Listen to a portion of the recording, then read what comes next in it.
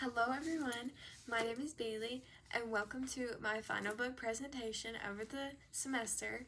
This semester I chose The 21 Irrefutable Laws of Leadership by John C. Maxwell, and at first I definitely did not think I would like the book as much as what I would have thought. I really thought the book would just be filled with a bunch of different laws and that's it, but this book definitely helped me with my work and my school and my communication and leadership roles in life. And on with the presentation. John C. Maxwell was born in Garden City, Michigan in 1947. Family was everything to Maxwell, and growing up, this provided him with leadership skills he has now as an adult. For example, his parents made the children of the family read 30 minutes a day. This made Maxwell go towards more leadership books and books on self-improvement. He says that his family gave him the foundation of his leadership skills, and he is very fortunate to have them in his life. After graduating college and marrying his longtime sweetheart, he started pastoring at a church. Then after a while, he became a senior pastor at a church called Skyline Church in San Diego. Churches helped him grow even more with the leadership and self-reflection on life. Maxwell's first book was published in 1979. After his fame skyrocketed in the book industry, Maxwell now has over 100 books published, and his most famous one is The 21 Irrefutable Laws of Leadership. This book is about the 21 principles of leadership and becoming a stronger leader the strongest leader you can potentially be. For example, the law of navigation. The law of navigation really shows and explains to people what exactly to do and to become a leader of society. The key takeaways from the book are definitely the laws of the book. This includes the law of connection. I say this because the law shows how people can look up to you as being a leader, and leaders are good communicators in all aspects of life, especially in public speaking setting.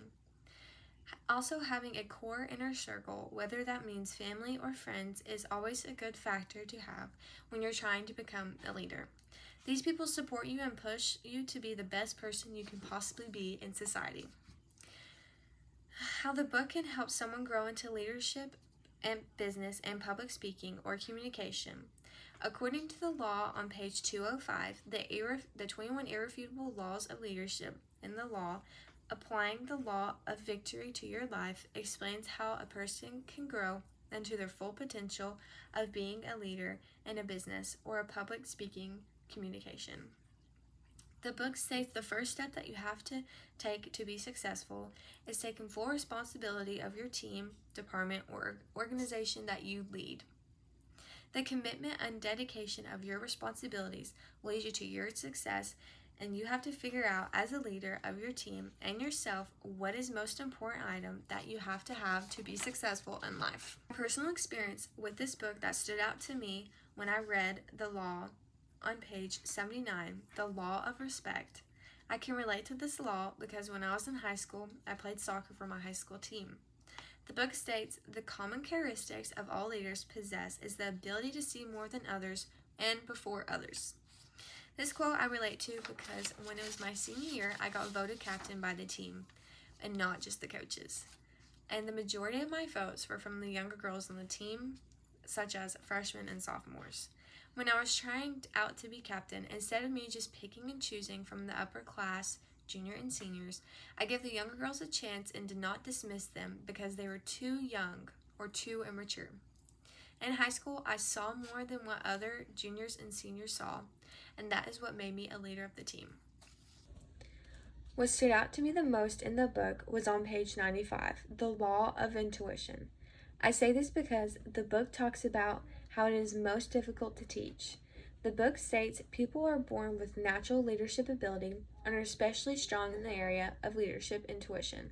Others have to work hard and to develop it and own it. It is very interesting how leaders often know how to read a room and a situation. They tune into their leadership dynamics. Being able to read people's emotions can also help you become a leader just by knowing what the person is thinking. This communication is key to becoming a leader. This book can help others by giving them a guide and a structure to become a good leader to a company, department, team, or club. Following this guide or laws will ensure you that you are on the right path to becoming a leader in society. This book relates to class material because in this class, we properly learn how to give a speech about different topics.